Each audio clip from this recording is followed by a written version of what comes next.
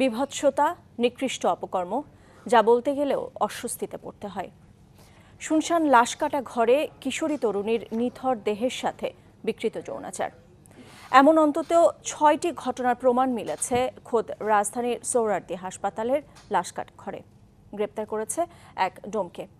মনোরোগ বিশেষজ্ঞদের মতে আত্মবিশ্বাসের ঘাটতি থেকেই এমন বিকৃত মানসিকতা তৈরি হয়। রাশেদ নিজাম জানাচ্ছেন বিস্তারিত।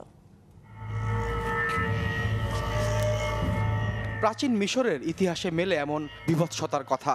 সমসাময়িক বিশ্বে বিভিন্ন স্থানে বিকৃত রুচির নানা ব্যক্তি পুলিশের হাতে ধরা পড়ার পর সামনে আসে নেক্রোফিলিয়া বা মৃতদেহের সাথে যৌন সম্পর্কের বিষয়টি, যাকে চিকিৎসা বিজ্ঞানের ভাষায় বলা হয় প্যারাফিলিয়া বা বিকৃত যৌনাচার।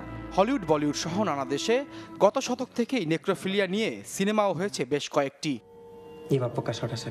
পুলিশের অপরাধ তদন্ত বিভাগ সিআইডি গত বছরের মার্চ থেকে বছরের আগস্ট পর্যন্ত রাজধানীর মিরপুর ও কাফরুল সহ কিছু এলাকার অপমৃত্যু হওয়া কম বয়সী কিশোরী ও তরুণীদের শরীরে একই রকম শুক্রাণুর নমুনা পায়। প্রথমে সিরিয়াল কিলার বিষয়টি মাথায় আসলেও পরে দেখা যায় 20 বছরের কম যেসব তরুণী আত্মহত্যা করেছেন এবং শরীরে কোনো ধরনের কাটাছেঁড়া ছাড়া যারা মারা গেছেন তাদের সাথেই ডিএনএর শুক্রাণু স্যাম্পল মিলছে অজ্ঞাত এক ব্যক্তির।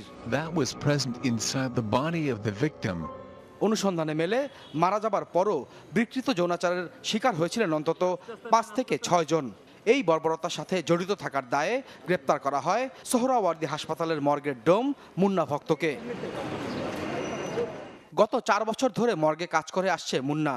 কোনো বাসস্থান না থাকায় দিনরাত সবসময় থাকতো মর্গে। এমনকি মর্গের ভেতরে মৃতদেহের সাথে ছবি তুলে ফেসবুকেও দেয় সে। 19 নভেম্বর শেরেবাংলানগর থানায় মামলা দায়ের হয় এ বিষয়ে। দেশে প্রথমবারের মতো এমন বিষয় সামনে আসার পর আরও সতর্কতা বাড়ানো হচ্ছে মর্গগুলোতে। মনোরোগ চিকিৎসকদের মতে শাস্তির পাশাপাশি কাউন্সেলিং করে জানা দরকার বিকৃত এ মানসিকতার কারণ।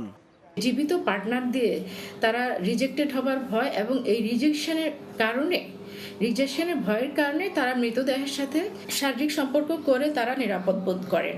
তাদের সঠিক অ্যাসেসমেন্ট করে তাদের প্রয়োজনীয় কোন কারণে তাদের এই সাইকোলজিটা ডেভেলপ করেছে সেইটা খুঁজে বের করে সে ব্যাপারে তাদের সাইকোথেরাপি দেওয়া, প্রয়োজনীয় ওষুধ দেওয়া। সিআইডি বলছে বিভৎস এ বিষয় নিয়ে আরও গভীরভাবে তদন্ত করছে সংস্থাটি। রাশেদ নিজাম, চ্যানেল 24, ঢাকা।